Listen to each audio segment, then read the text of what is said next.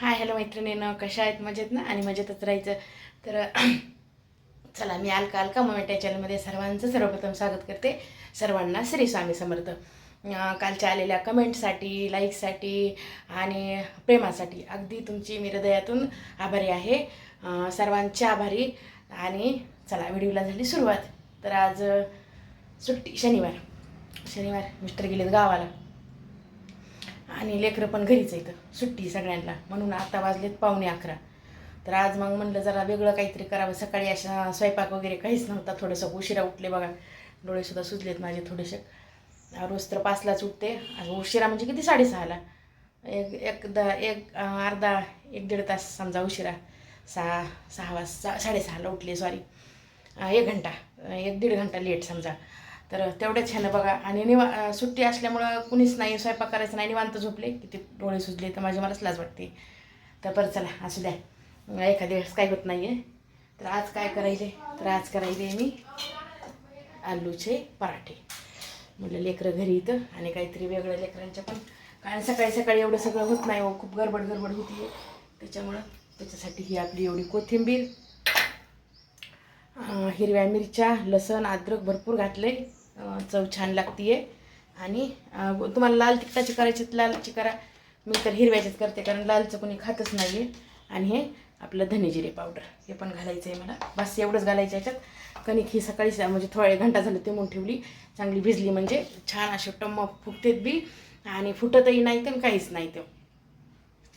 तर चला, घेते करून आता पराठे. तुमच्यासोबत बी करते शेअर. आता काय शेअर करायला काय नाही. कोथिंबीर टाकून घ्यायची, मीठ टाकायचं, आणि ह्याला मला मिक्सरला फिरवून घ्यायचं आहे. कोथिंबीर भरपूर टाकली म्हणजे छान लागते. तर चला, करते आता. या खायला तुम्ही बी. तर हे सगळं व्यवस्थित असं हे धने जिरे पावडर आपलं, मिरच्या काढून घेतल्या. माझ्या मिरच्या कमी तिखट आहेत म्हणून मी एवढ्या घातल्या. आता तुम्हाला जशा पाहिजे तुम्ही, किंवा कमीमध्ये घातल्या, किंवा तिखट नसेल तर जास्त एवढ्या घातल्या तरी पण चालते. आता चला, हे सगळं मिक्स करून घेते. आज थोडंसं निवांत असल्यामुळं निवांतच चालू द्यावं म्हणलं. थोडं एखाद्या वेळेस एक दिवस आपल्यालाही वाटतंय ना, थोडंसं निवांत असलं तर काहीतरी वेगळं करावं. आणि आलू उकडताना ना काय करायचं मैत्रिणींनो, आलू चिरून नाही, अशीच अख्खे उकडायला टाकत जा. आणि मी 2च शिट्ट्या घेते. या तीन बी नाही घेत, 2च घेते. 2च शिट्ट्या घेतल्यात. आणि पाण्यातून शिट्ट्या झाल्या की आलू लवकर काढून ठेवायचे. पाण्यात जर लय राहिले तर आपलं हे जे आहे ना, ते हे असं व्यवस्थित होत नाही. हातालाही चिटकत नाही. आता जसा पाहिजे तसा गोळा होतं, व्यवस्थित येते. तर त्याच्यामुळं लवकर उकडून घेतले. सकाळी 7 वाजता चहा झाला की उकडायला टाकले, आणि नंतर पुन्हा उकडणं झाले की काढून घेतले. पुन्हा बाकीचे सगळे कामं करून घेतले. तोपर्यंत आलू झाले थंड, आणि व्यवस्थित असं खिसणीनं खिसून घेतले. तर एकदम छान झालं आहे बेटर आपलं. मस्त असं पूर्णासारखं झालं आहे बघा. एकदम असे व्यवस्थित येते तर पराठे. चिटकणं झालं आहे, काही नाही. मस्त असं. या सगळ्याजणी, माझे दादा ताई, या आलूचे पराठे खायला मस्त होते. तर नंबर 1 होते चवीला, हिरव्या मिरच्याचे. तर चला, किती करून आता. त्याच्यासोबत करायली दह्याची चटणी. तर हे आपलं दही, त्याच्यात शेंगदाण्याचा कूट, कोथिंबीर, मीठ, साखर आणि तिखट घालून घेतले. आणि त्याच्यावर ही घालायची मला फोडणी. तर खूप मस्त अशी दह्याची चटणी खूप छान लागते त्याच्यासोबत. त्या करून बघा नक्की. हे बघा, अशी एकदम मस्त आवडीनं खातीत लेकरं. मुलांना खूप आवडते मैत्रिणींनो. चला, आता पराठे टाकते आणि मुलांना बसविते नाश्त्याला. तर मैत्रिणींनो, आपल्याला तुम्हाला एक सरप्राईज आहे. आपल्या ताई येतात, बाजूच्या ताई येतात, तेलुगू. त्यांना मराठी येत नाही आणि हिंदी येत नाही, आणि बोललेलंही समजत नाही. आता मी काय बोलायली त्यांना काही कळत नाही.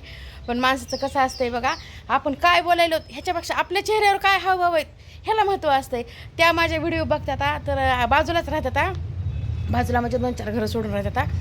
तर त्या म्हणले की ताई मला तुमच्या व्हिडिओमध्ये यायचं आहे. आता तुम्ही म्हणताल की हे कसं कळालं तुम्हाला, की त्या म्हणलेल्या त्यांच्या खानाखुनावरून आपल्याला समजतंय की त्या काय म्हणायल्या. आता गरज नसती व बोलण्याची, किंवा त्या काय बोलायला हे माहीत होण्याची गरज नसती. तर त्या त्या आल्या, थांबा त्यांना पण घेते मी व्हिडिओमध्ये. 1 मिनिट. ह्या काय ताई बाजूला सगळं बाय. तर आता ते तेलगू तेलुगू बोला तेलगू हिंदी हिंदी नाहीये, नाही मराठी नाहीये మరాఠీ నాయే, फक्त तेलुगू పక్కా తెలుగు. మాది పక్కా తెలుగు. మాది వరంగల్ జిల్లా తొర్రూరు మండలం గ్రామం చిట్యాల. त्यांच्या తెలుగు. गावाचं म्हणजे सांगायला की कुठं राहतात गाव चिर नाम డప్పు డప్పు వేస్తా. हां ते काय मला बी समजा नाही बरं का की त्या काय सांगायल्यात ते त्या कुठं राहत होत्या आणि इथं कसं काय राहायला आले ते सांगायला लागले तर मला त्यांचं बोलणं समजायलंय पण एवढं नाही की त्या काय म्हणायला ते समजा नाही फक्त त्या करतात काय డప్పు ధరం ధరం ధరం వేస్తాను డప్పు. हां मला बी समजा नाही बरं का मैत्रिणींनं पण बिचारा त्यांना म्हणजे की त्यांनी माझ्या व्हिडिओला एवढं प्रेम दिलं ना की ताई मला तुमच्या व्हिडिओमध्ये यायचं आहे तर म्हणलं काय फरक पडतं या आपली मैत्रीण आहे एक फ्रेंड म्हणून एक बहीण म्हणून तर फ्रेंड.